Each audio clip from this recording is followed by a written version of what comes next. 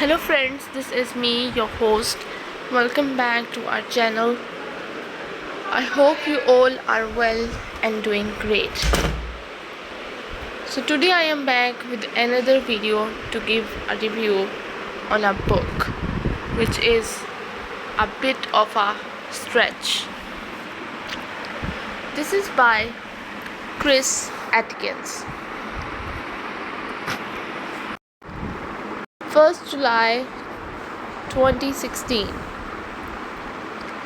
I wake up at 7 a.m. and lie in bed, hoping that this last week is only the remnants of a terrifying nightmare. Radio 4 is commemorating the Battle of the Somme, which began exactly 100 years ago.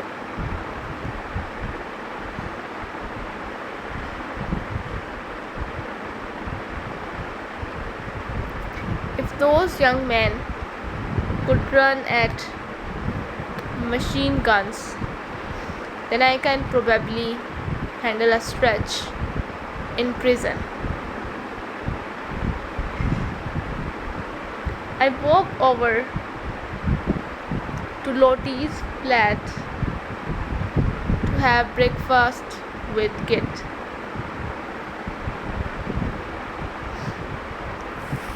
He knows that something is up as soon as he sees I am in my court clothes. I bought a new suit from M&S specifically for the trial, which Kit hated me wearing from day one.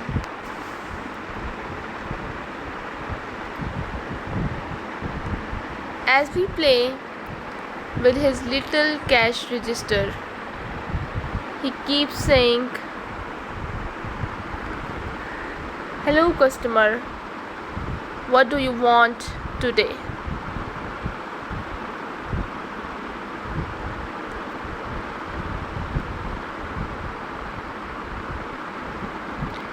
When it's time to go, he gives me a hug goodbye. I don't want to leave.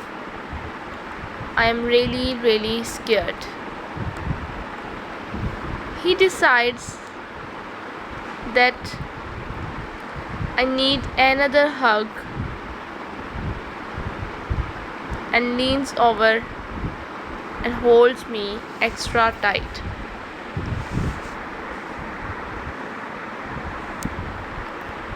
This releases a huge surge of confidence and energy that I have never felt before or since.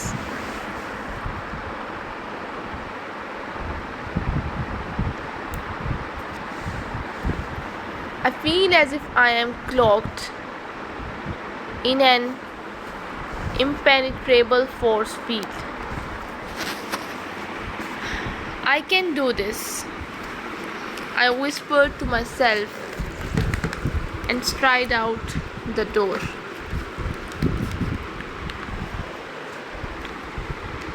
I am accompanied to the sentencing by Lottie's brother and her mom, Debbie. She's been a tower of strength,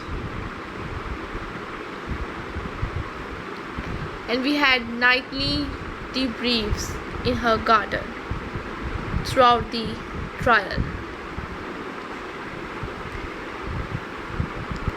When we get out at London Bridge,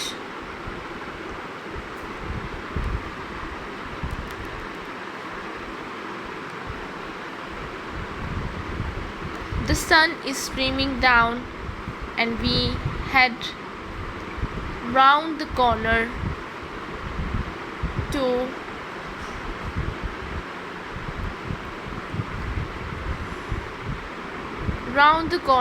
to Southwark Crown Court.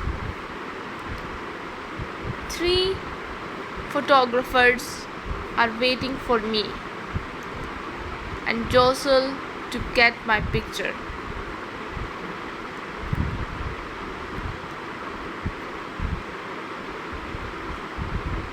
One of them shouts, "Good luck, mate," and I walk up the steps for the last time.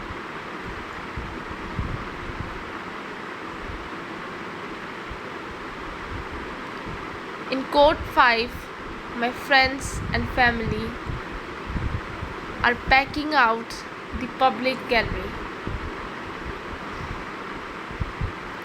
After a couple of minutes,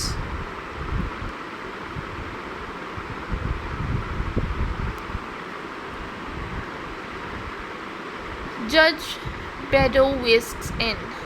My barrister pleads for leniency.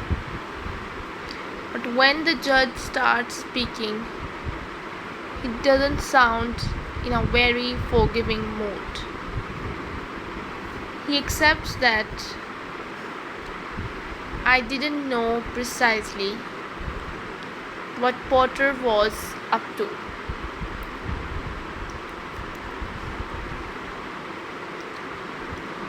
But is going to punish me for facilitating the scheme.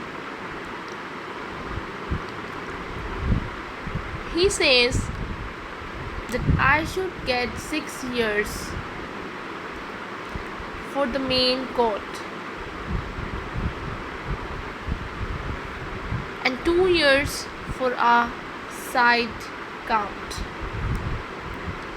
which ought to run consecutively.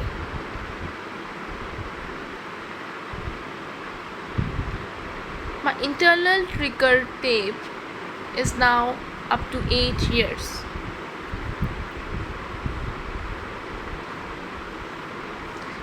Prisoners usually serve half the overall sentence.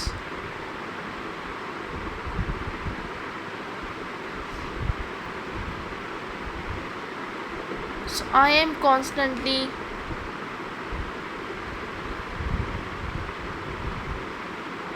halving the figures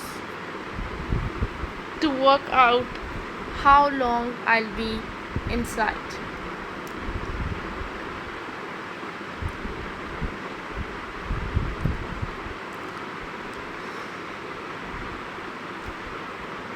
I start zoning out as everything gets quieter.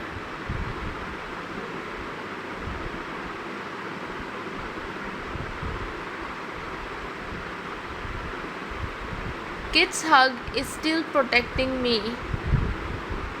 The judge then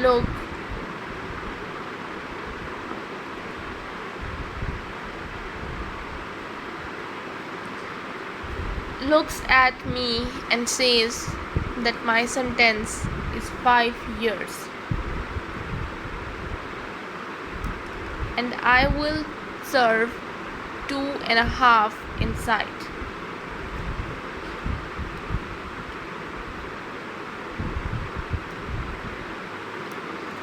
I suddenly snap back into the room as if I have been given defibrillation. Only 5, I shout in my head.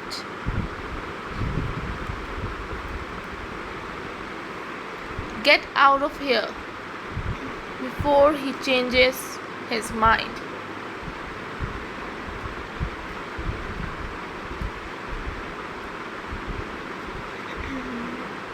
I stand up and give a moronic wave to the judge. The journalists in the press gallery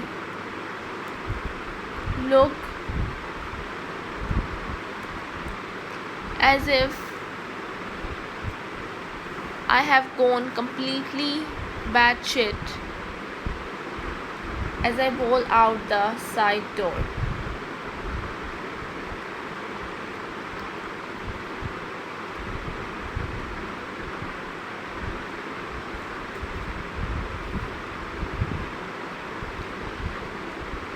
Where I am cuffed up to a custody officer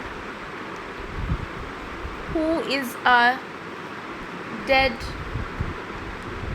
ringer for Eric Idle.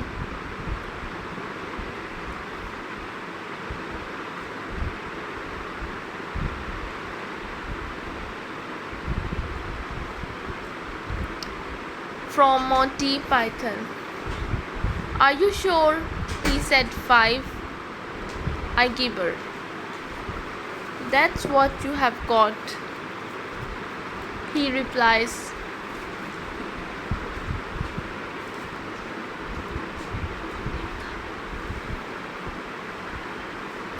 And presses a button to call the lift.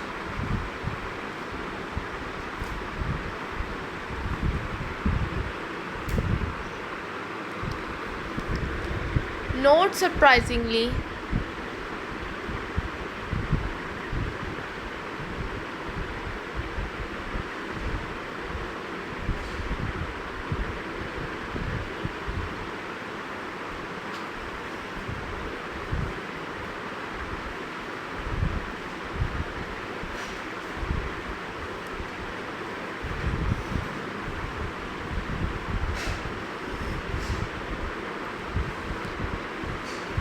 backstage is a lot shabbier than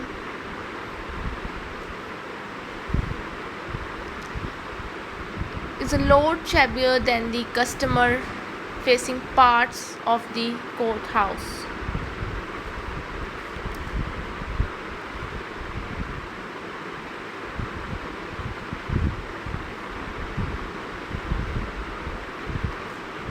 It's like accidentally taking the service elevator in a hotel. The doors open into the basement, and I am led to a small desk where an officer takes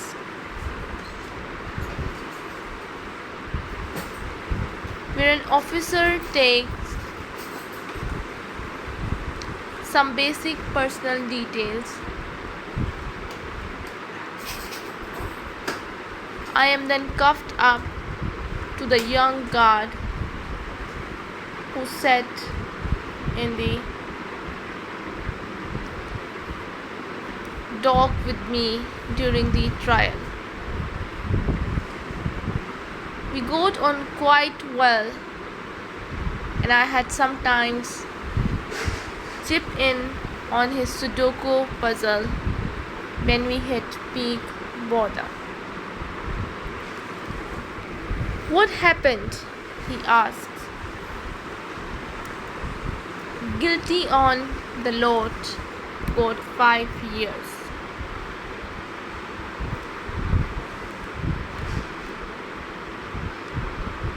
He smiles sympathetically.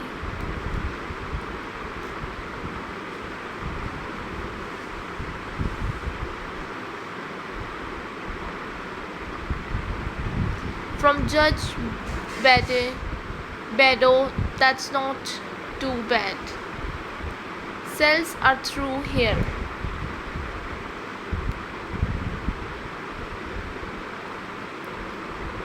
On the wall is a large whiteboard listing the names of my fellow prisoners.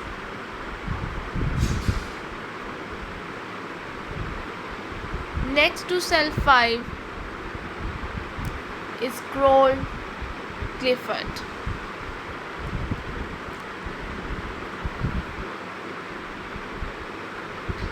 Is that Max Clifford? I asked the guard.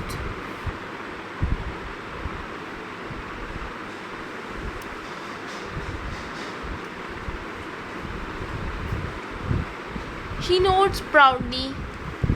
Clifford is still serving his original prison sentence, but has now been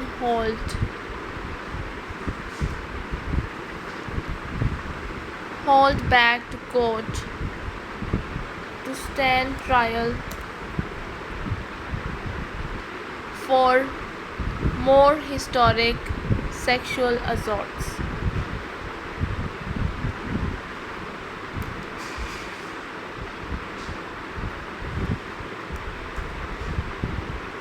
I sort of know him, I whisper.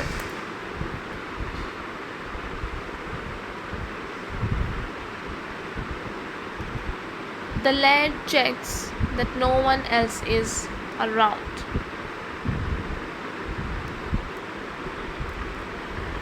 Do you want to have a word? Fuck yeah. There is a little round porthole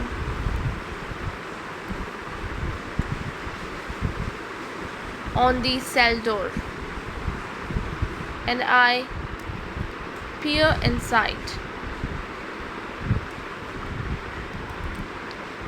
Clifford sits hunched at the back of a tiny, windowless kennel.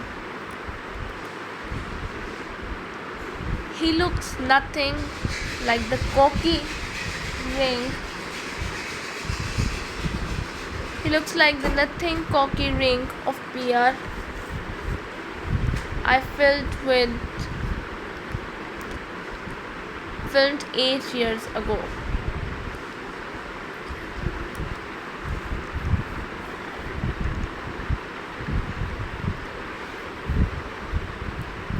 Rather, he resembles a geriatric Osama bin Laden. Hi, Max. He edges up to the door, smiling carefully.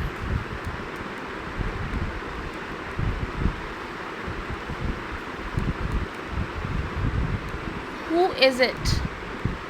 It's me, Chris Atkins. I turned you over in my film Star Suckers.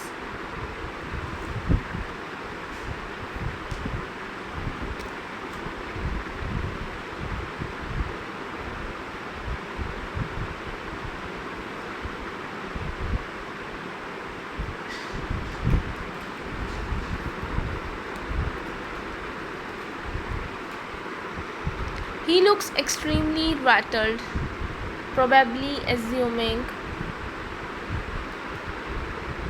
that I have come to torment him further. What are you doing? He demands. I just got 5 years for fraud. I hold my cuffed hand to illustrate the point.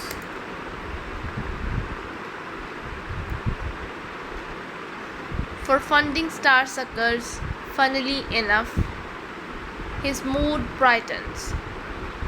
Right, okay then. How are things otherwise?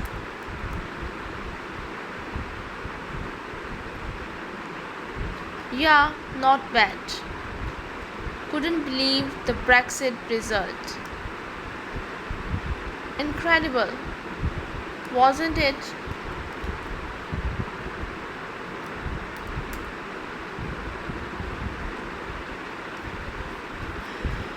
Madness. Good luck in your new case. Cheers. Mind how you go.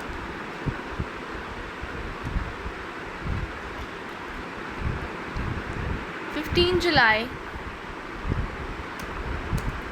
at noon, we are opened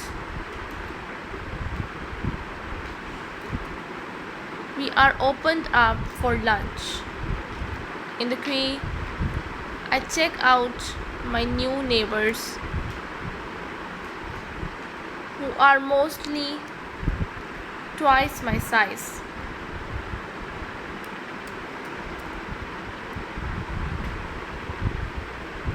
Many seem to be from Eastern Europe. The food is a bit bitter, and the servery workers are reasonable jolly.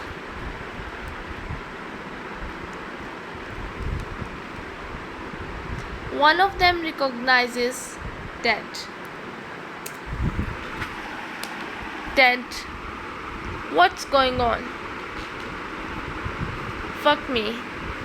It's Sir Mike. Ted ventures.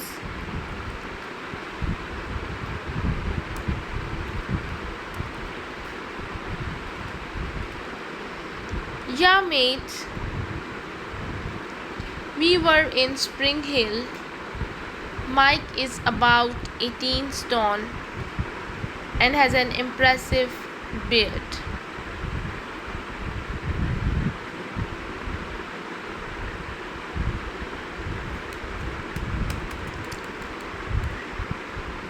Ted in his element.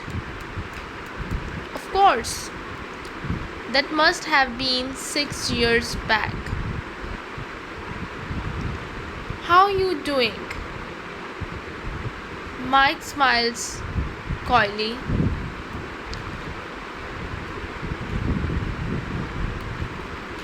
Back in on an 18 stretch. What about you? Went on me, toes to dodge the confiscation. Just got busted in Spain.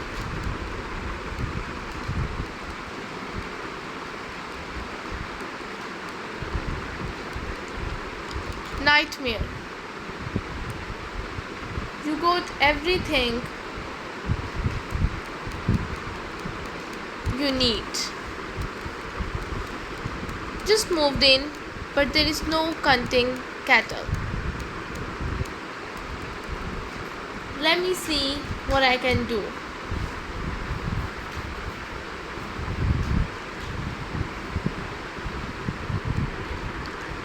I totter round the end of the hot plate,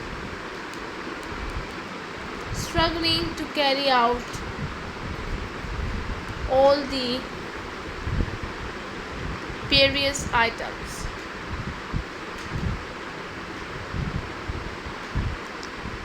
Suddenly, I feel a hand on my arm.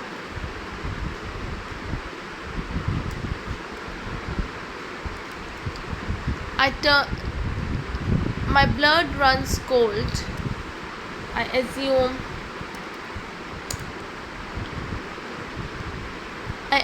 that I am getting jumped.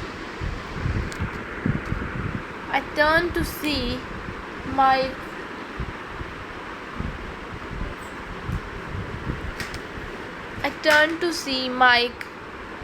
Surreptitiously.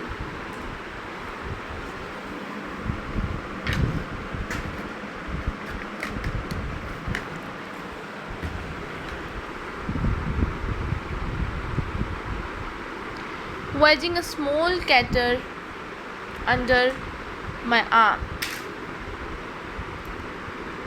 He gives me a wink and I mouth, "Thank you."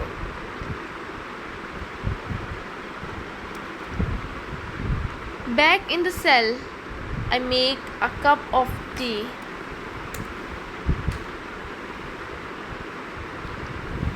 and bounce off the walls with happiness.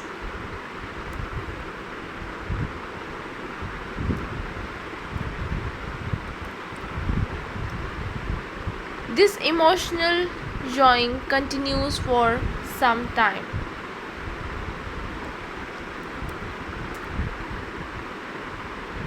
A small setback will send me off a cliff,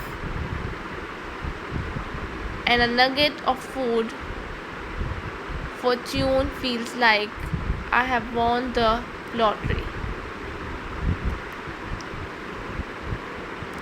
16 July.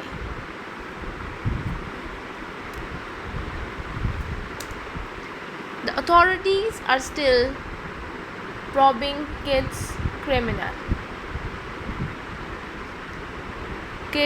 criminals' history. So I have my next visit with just Lottie again.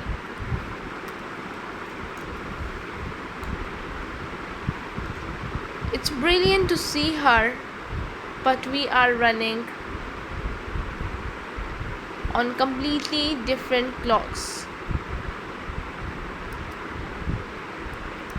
I have to speed up massively to keep up with her.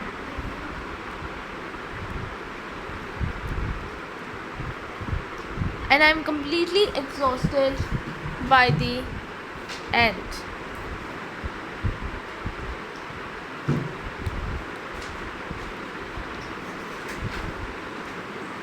As our visitors leave the hall, I chat to a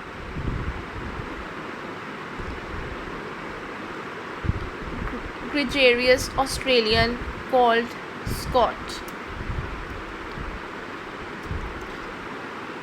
He lives on Trinity, the separate CATC unit, and is effusive about the better conditions.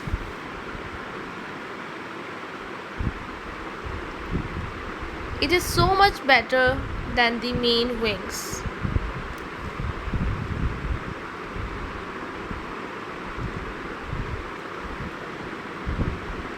We usually get gym at 7:30, then do education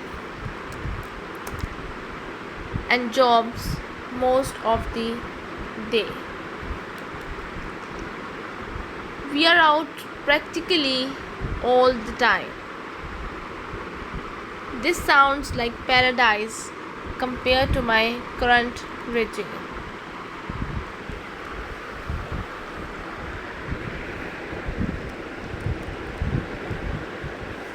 Later on, I ask an officer if I can move to Trinity, and he looks me up on normies. The creaking prisoner database. Sorry, mate, you are still uncategorized. You can't move to Trinity until you are a Cat C.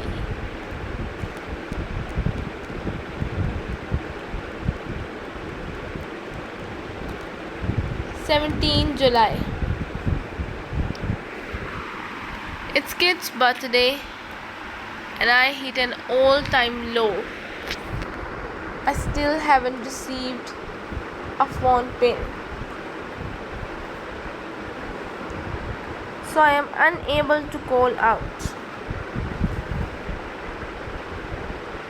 Brandishing a photo of Kit, I find the only female officer on duty.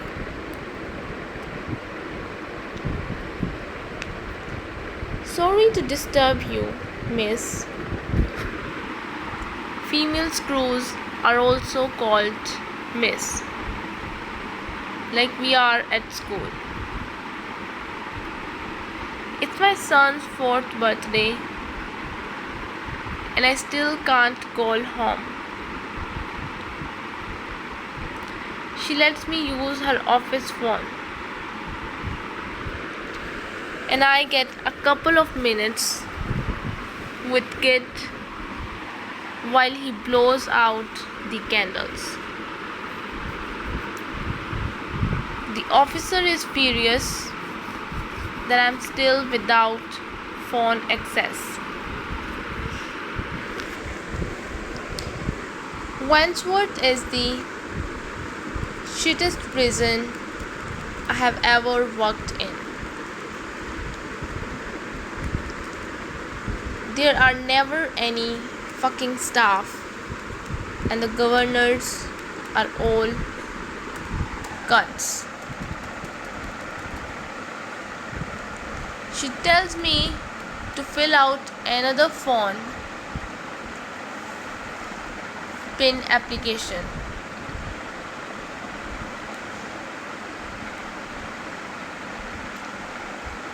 And promises to take it to the relevant office. I get another huge bundle of letters and printed emails. I had arranged to take it on holiday to France with my friends from university, and they have obviously had to go without us. People are Facebooking photos of me playing with everyone's kids on previous trips. It feels as close as you can get to being dead without actually dying. I have always wanted to know what it would be like to attend my own funeral. And I guess this is the next best thing. 2 September, a note comes under the door congratulating Martin on his appointment to the Reform Hub.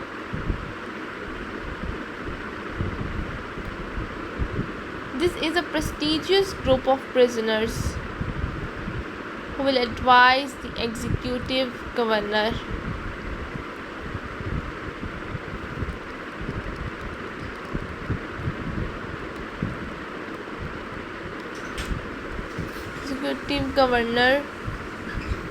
iron breakers on improving conditions.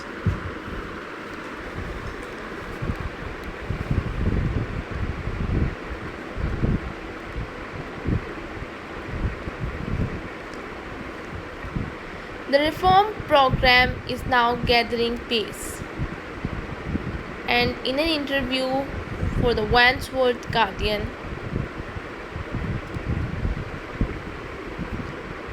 Becker sets out his vision for turning the prison around.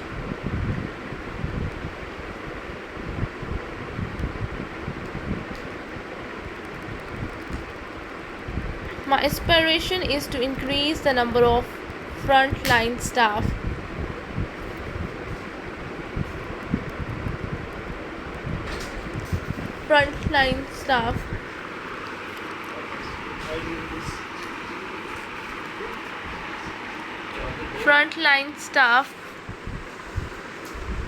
who will be able to spend more time engaging with prisoners in our care and helping them to rehabilitate.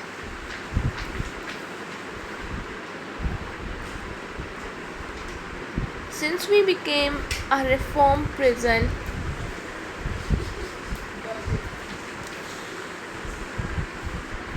however, officers' numbers have tanked. Vickers has succeeded in hiring more middle management, including a highly paid head of reform.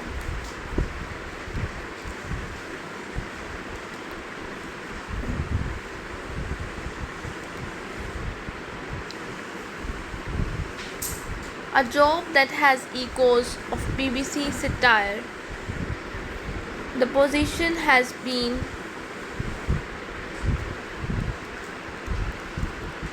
position has been taken up by Kathy, who wears sharp power suits that look distinctly odd on filthy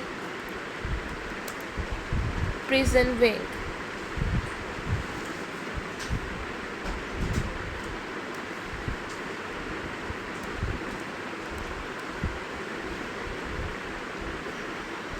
She's created a hub of inmates to suggest ideas for bettering Wandsworth and has hired Martin and several other white collar guys. But then panics that they don't remotely reflect the prison's pop.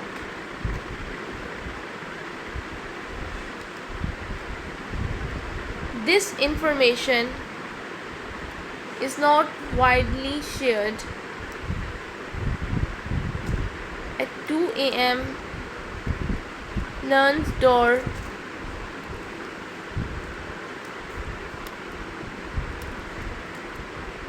is opened by a night officer who introduces him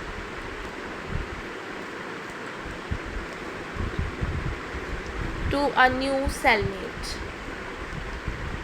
Swaying in the doorway and stinking like a weather sponge is the unwanted guest, who has just arrived from a nearby police station.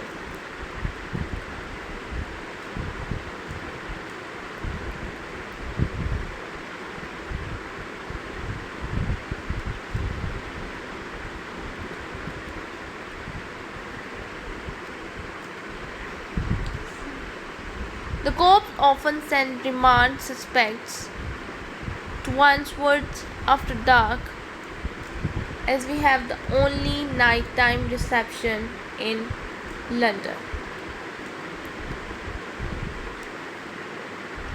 New prisoners are supposed to stay on E-wing,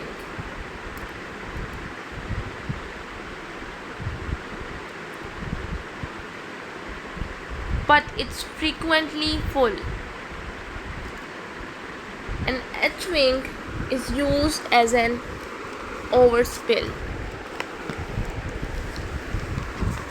Night officers will routinely circulate our landings,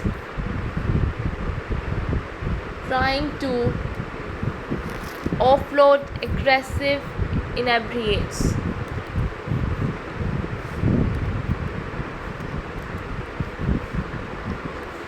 They keep stopping at Lern's cell,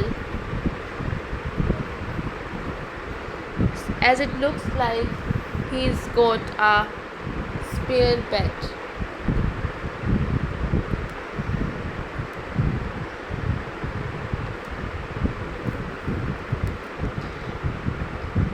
Lern then has to argue his cell has been officially redesignated as a single.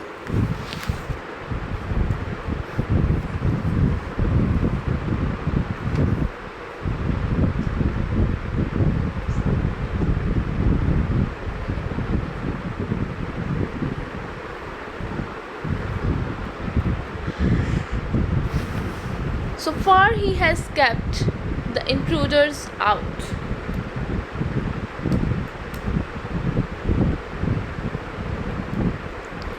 As time goes on, these relentless nocturnal awakenings take their toll. Lern lies awake, fearful of the next home invasion. and even the sound of jangling keys gives him a panic attack.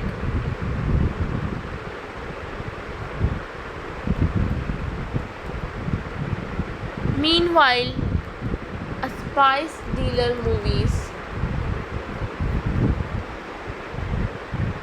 into one of the official single cells downstairs. He sits in his cell all day, blasting out drum and bass while openly plying his trade.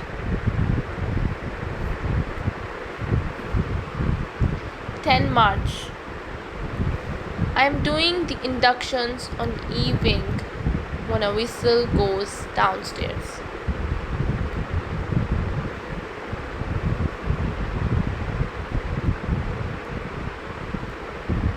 Connor and I take up our usual positions on the trees to watch the ensuing ruckus below. Several screws run into a cell, start wrestling with the troublesome prisoner.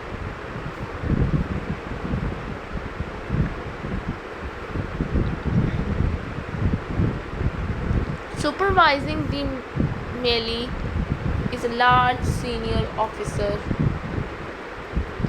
who I realize is CM Chaplin from OMU.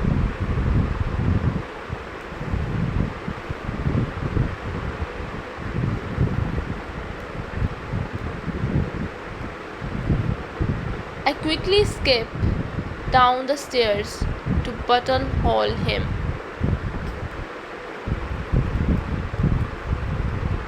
Mr. Chaplin, I wondered if I could ask you about my recat appeal.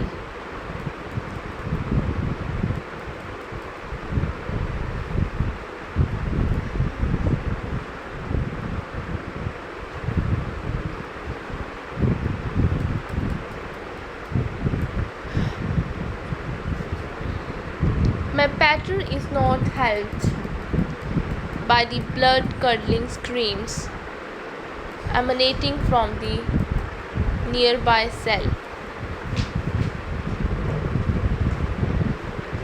Put that down or you will get a week in the log.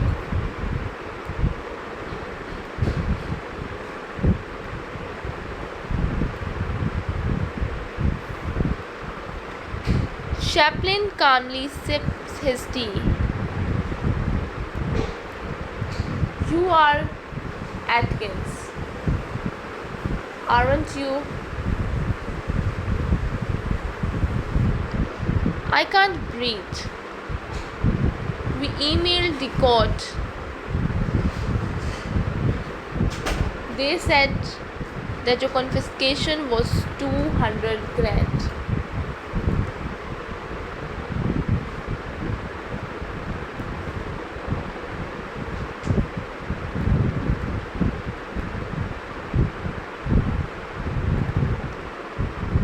If you stop spitting, then I will get off your back.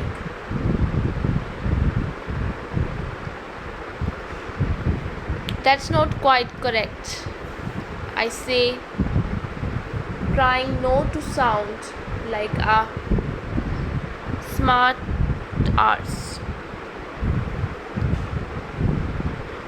Over half of that is actually prosecution costs,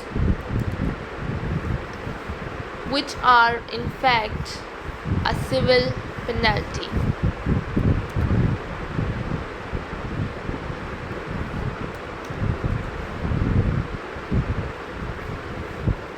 Go fuck your mother, you fat cunt.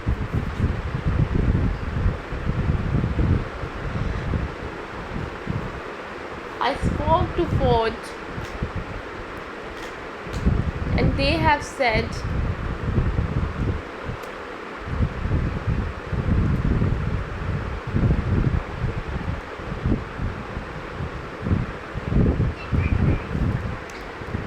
They have said they will have you at that figure, replies Chaplin. Staff. We need more staff.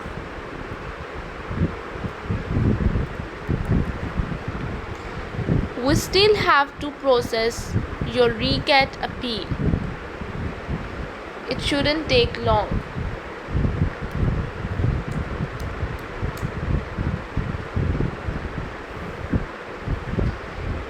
It's really time to quit while I am ahead.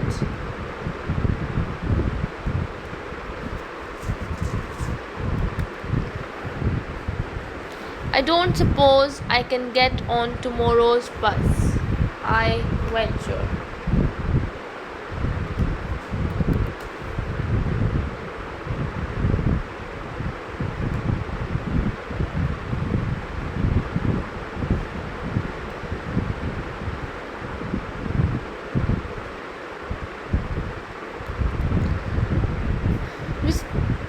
It's really time to quit while I am ahead. I don't suppose I can get on tomorrow's bus,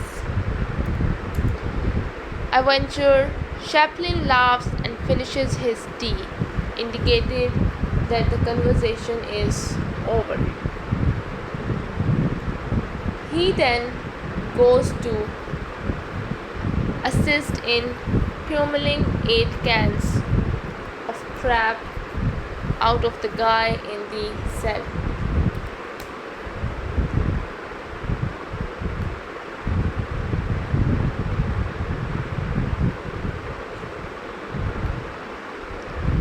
March 11. Around 10 p.m., Lone and I are called into the listener's suite. The door soon crashes open, and a frantic, twitching mess flies in.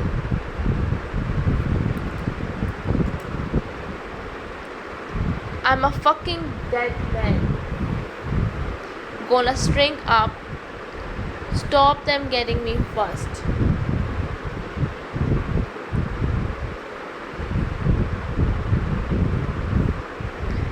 Ross, a stocky Essex boy in his mid-20s, paces constantly round the room. I was on a wing, yeah, and I with the wrong people.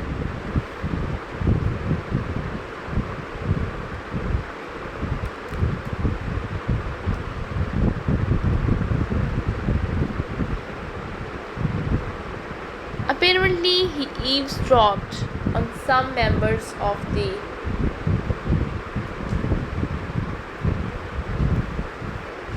notorious London gang and overheard where they kept their drugs on a nearby estate. He tipped off one of his associates on the outside. Went on and stole the gang's stash.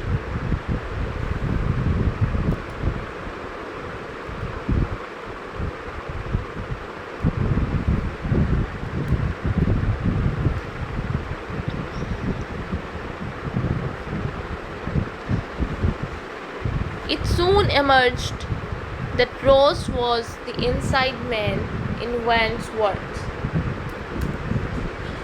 and his neighbors demanded retribution. He has since received several kickings and was beaten with a loose seat so badly that he couldn't walk.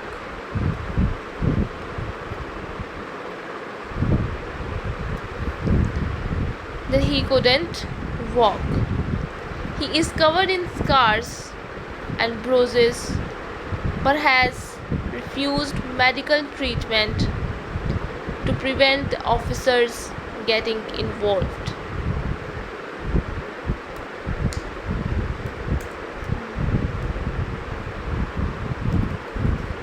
Martian got out a few months before me and remains irrepressibly cheerful. I have no doubt he will land on his feet whatever happens.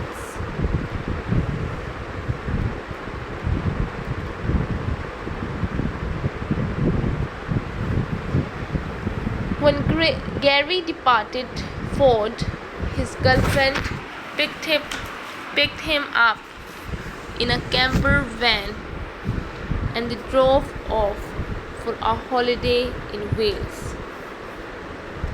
I got a card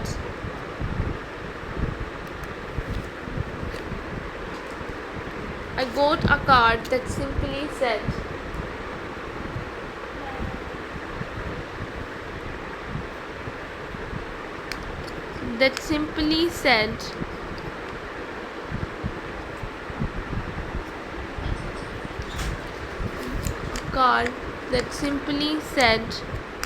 if the van's rockin', don't come knocking. Exactly 9 months later, Emma gave birth to their first son. Connor still has a few years to go and is doing a diploma in business management. Apparently, he has been scoring over 90% in his exams.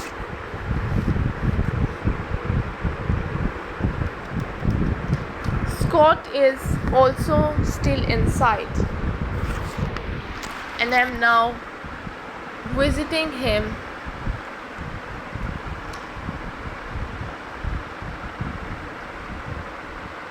Which is extraordinarily weird. The first time, he somehow got the cafe hatch to present me with a whole cake that I was allowed to take home. And as for me, well, my jail experience wasn't wholly negative.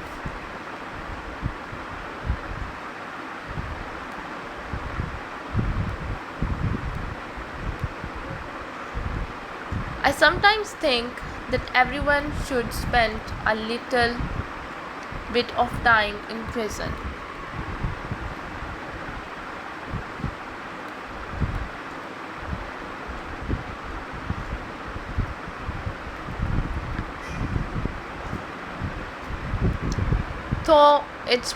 Though it's probably best done before having children.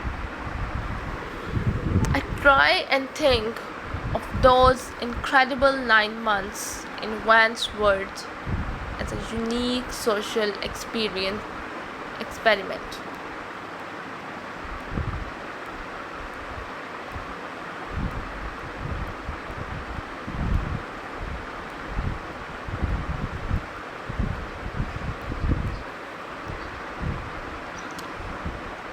It's comforting to know that there is a humor, hope, and kindness in even the darkest corners of the world.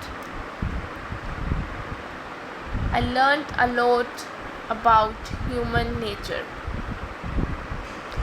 but probably even more about myself.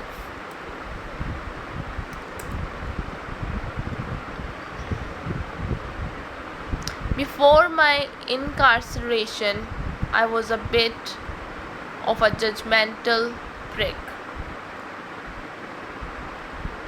This was a driving force of much of my filmmaking.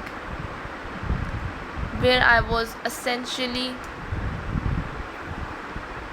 finger wagging on TV, accompanied by jaunty music and colorful graphics. As Scott predicted, the listening work has definitely changed me for the better. I now try to listen and understand more,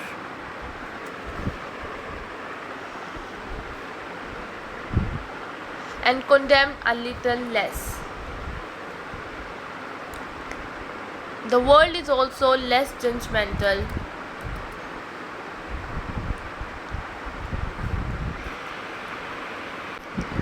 Less judgmental of me than I feared.